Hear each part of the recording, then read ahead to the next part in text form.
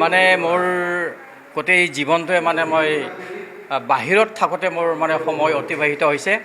মই ভাল পাওঁ, ভাল লাগে, মানুহ বিচাৰি মই ফুৰোঁ, মানুহৰ লগত থাকি মই ভাল পাওঁ, অনুষ্ঠান প্ৰতিষ্ঠানৰ লগত থাকি মই ভাল পাওঁ। যা নহওক, এই জাহ্নৱী মিনি থিয়েটাৰৰ এইবাৰ নৱম বৰ্ষত ভৰি দিছে, হয়নে নহয়? নৱতম তেখেতসকলৰ এইবাৰ যাত্ৰা, এই যাত্ৰা মই কামনা কৰিছোঁ চিৰ প্ৰবাহিত হওক। এই যাত্ৰাই মিনি থিয়েটাৰৰ পৰা যাতে ভ্ৰাম্যমান থিয়েটাৰলৈ যাতে উন্নতি হয়, তাৰ বাবে মই কামনা কৰিছোঁ। আৰু এই মিনি থিয়েটাৰ জাহ্নৱীৰ যিবিলাক অভিনেতা অভিনেত্ৰী ইয়াত জড়িত হৈ আছে, সামান্য এটা অলপ তাৰমানে কিবা এটা অৰ্থৰ আশাত তেখেতসকলে আহিছে, তেখেতসকলৰ একোটা পৰিয়াল আছে বা প্ৰযোজকে ইমান কষ্ট কৰি এই থিয়েটাৰখনৰ জন্ম দিছে। নিশ্চয় আমি সমূহ নাট্যপ্ৰেমী দৰ্শকে আমি এই থিয়েটাৰসমূহক আমি জীয়াই ৰাখিব লাগিব।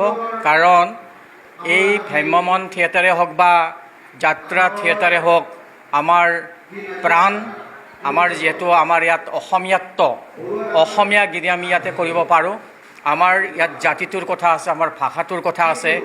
জাতি নাথাকিলে, ভাষা নাথাকিলে আমি একোৱে কৰিব নোৱাৰোঁ। গতিকে এই নাট্য জগতখনক আমি জীয়াই ৰাখিব লাগিব।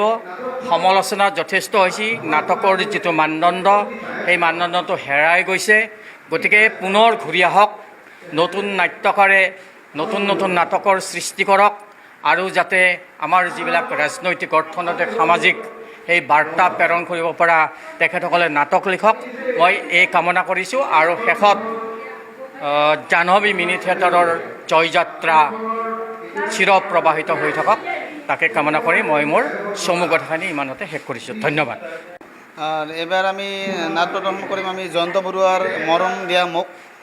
যোৱাবাৰো আমি মৰমে বিচাৰিছিল এইটো নাটক কৰিছিলোঁ, সেইখন নাটকত বহুত সঁহাৰি পালোঁ। এইবাৰো আমি মৰম দিয়া মোক নাটকখন লৈছোঁ। আৰু এইখন আৰু বেলেগ হ'লে এইখন মানে কিমান সাফল্য কৰিব পাৰোঁ আমি চেষ্টা কৰাম। আৰু বৰ্তমান ভালেই আৰু মানে আজি আমি শুভ মুহূৰ্ত আৰম্ভ কৰিলোঁ। আৰু জয়ন্ত বড়ো ৰচিত আৰু পৰিচালনাত তেখেতেই পৰিচালনা কৰিব সেইখনত।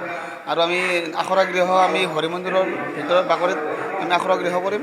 আমি অহাকালিৰ পৰা ৰিহাৰ্চেলত কৰিম।